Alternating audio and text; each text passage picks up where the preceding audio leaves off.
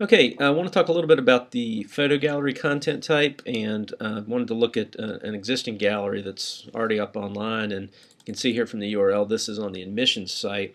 If you were curious about looking at any of their photo galleries, you can just go to the main admissions site.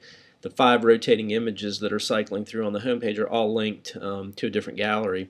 This is just a photo gallery on Spirit. Again, you've got a page title. You've got the ability to put a subhead in here. You've got a body field where you can put some intro text. And in that body field, I mean, it's like any other page. You can do sort of whatever formatting you might want. But again, you probably don't want to put a whole lot in there because the whole point is it's a photo gallery page, and you don't want to push that content too far down. Now what you're seeing is we've got sort of a standard three across display with thumbnail images. You don't have to have a multiple of 3. I mean, you could have 7 and these last 2 spots would be open, or you could have 8 and that last spot would be open. So don't feel like you have to be that rigid necessarily. If I scroll down here to the bottom, as I mentioned, we've got 5 photo galleries in the admissions website. So what you're seeing here is whichever site, whichever page or gallery I'm on, we've got this promotional element programmed in where it always will show me the other 4 galleries or the other galleries in my group. In this case, it's the other 4 because I've got 5. So if I click on any of these other galleries, it's dynamically going to take me to that, and then again across the bottom show me the other 4 galleries that are available in my group. And so that would be a nice feature if you kind of want to tie those together and let people sort of explore your photo galleries. Scrolling back up here, just to illustrate, if you click on the image, a lightbox will appear. Because of the resolution, it's actually displaying about the same size or maybe even a little bit smaller here. At standard resolution, that lightbox image is going to be larger than your thumbnail naturally. That's the whole point, to click on it and see a larger version of the image.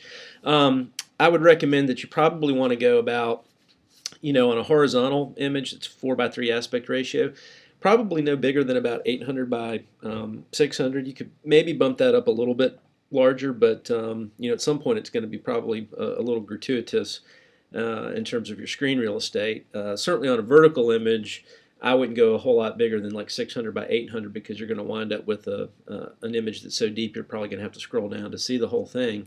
As you can see, when we clicked on this, it's cycling through. It's got a little rotation built in, and I guess it's about every 8 or 10 seconds it's going to rotate through on its own. You can also go up here and arrow forward or arrow back, as you see fit. When you close that out, or before we close that out, you've got a caption field that will display in the lightbox mode. You've also got a title field here that will display, at the thumbnail view.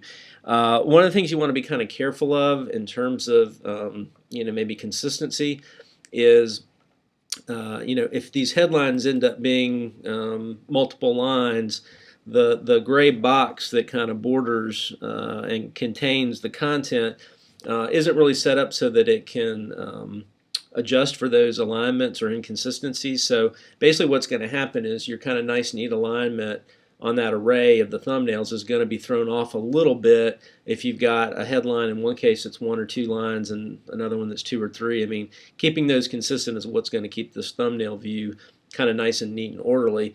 That's not necessarily that important, but it may just be something you want to consider or take a look at as you play with building these.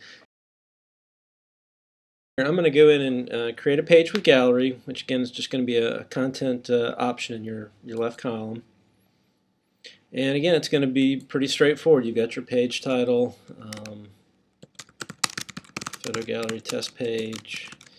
You can put some content in here.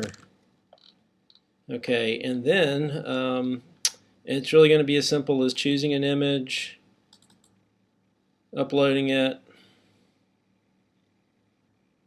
Again, you've got your standard description, alternate text, and title fields. Description is simply that caption that's going to display on the lightbox view.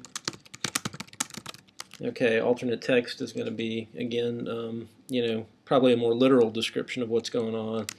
Student studying library or whatever this is, and a title. If I go down here and add another item, again, I can just do this as many times as I want. I'm going to choose a file, upload a second image, and one of the nice features here, and again it's a little awkward at this resolution, but I can grab these and drag them just like I did with the menu. And so you can, that's how you rearrange and reorder the images as you want to display them, top to bottom, left to right. So I have gone in here and added a few additional images, and again what I wanted to show is that you can see what happens when I've got a 3-line title here, 1-line title, 2-line title. This border is just going to be a little bit inconsistent. Doesn't look awful, but it may be something you just want to be aware of. The other thing here to note is that initially when we first set this up, if you had a vertical image, that actually would display a vertical thumbnail image, and so if you were intermixing horizontals and verticals, it was really out of whack and really inconsistent in terms of the alignment. What we've gone back in and done is introduce something called a smart crop, and it actually may not be quite as smart as we would like, because you can see there's it's cutting off this guy's head a little bit. If I click on this image, the focus is actually these two girls at the top. And again, here's the sort of the focus of the guy on the bike. So it's a little imperfect on the thumbnail, but the trade-off, and it works better on this image, the trade-off though is instead of getting this really disjointed mix of horizontal and vertical images, it's closer. They're actually, and the depth on this is actually a little bit more than on the straight horizontals. And if I jump over to another browser, I can show you that real quick. I've got a little measuring tool. So if I go down here, it's actually 127 pixels deep, and on these vertical ones, it's 143 pixels. So you can mix and match them, and it's going to be a little bit off, but maybe not. Again, not quite as bad, obviously, if it were a true vertical. So again, you may just want to be a little wary of the composition of the images in terms of how they're going to display here. But there's really not going to be sort of a perfect fix for this. If we go back to the way it was before, then again you get a very disjointed thumbnail array. So this is kind of the compromise right now. So that's pretty much it in terms of photo gallery.